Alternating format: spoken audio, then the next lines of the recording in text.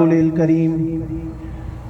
أما بعد أعوذ بالله من الشيطان الرجيم بسم الله الرحمن الرحيم ولا تقولوا لمن يقتل في سبيل الله أموات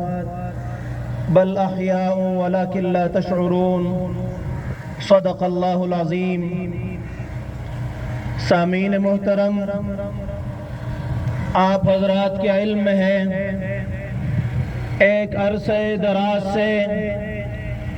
جمعیت علماء اسلام پورے ملک میں اپنے اکابرین کی لاشیں اٹھا رہی ہے، اور آج 3 دن قبل شیخ الحدیث حضرت مولانا ادریس صاحب رحمہ اللہ کو بخاری شریف کا درس دینے کے لیے جاتے ہوئے راستے میں شہید کیا گیا۔ ان کا جرم صرف اور صرف یہ تھا کہ وہ اپنے وطن سے محبت کا اظہار کر رہے تھے اور اپنے اداروں کو اس بات پر سرا رہے تھے کہ پوری دنیا میں بدامنی کو روکنے کے لیے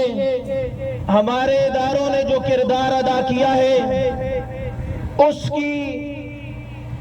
توثیق کر رہے تھے، اس کی تعریف کر رہے تھے، اور وہ لوگ جو خود سر ہیں، جن کے سروں پر کسی کا ہاتھ نہیں ہے، جن میں سے ہر فرد اپنے آپ کو مجاہد کہتا ہے، پہاڑوں میں چھپ کر کے زندگی گزارتے ہیں،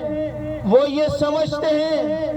کہ جہاد وہ کر رہے ہیں۔ یہ کون سا جہاد ہے کہ ملک کے معروف و مشہور علماء شیوخ الحدیث کا تم خون بہاتے ہو، اپنے آپ کو تم بہادر سمجھتے ہو، مساجد میں تم دھماکے کرتے ہو،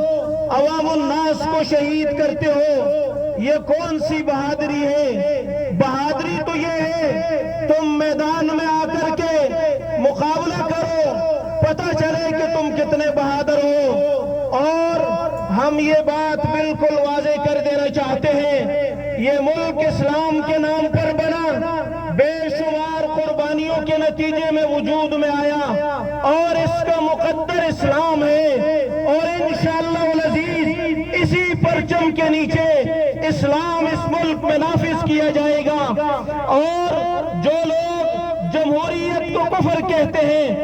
ان کے نزدیک مفتی کفایت اللہ دہلوی رحمہ اللہ بھی مرتد ہیں، مولانا حسن جان شہید بھی مرتد ہیں، مولانا شیخ ادریس بھی مرتد ہیں۔ لیکن یہ بات سن لیجئے کہ ہم اپنے اکابر کے راستے پر چلتے ہوئے، ہمارے اکابر نے ہمیں جو راستہ دیا، ہم اسی راستے پر چلتے ہوئے انشاءاللہ العزیز اپنا خون بھی بہا دیں گے، لیکن اس راستے سے نہیں ہٹیں گے۔ ہم حکومت وقت سے مطالبہ کرتے ہیں کہ علماء کی حفاظت کا انتظام کیا جائے، انہیں سیکورٹی فراہم کی جائے، جو ملک سے محبت کرنے والے لوگ ہیں ان کی حفاظت کا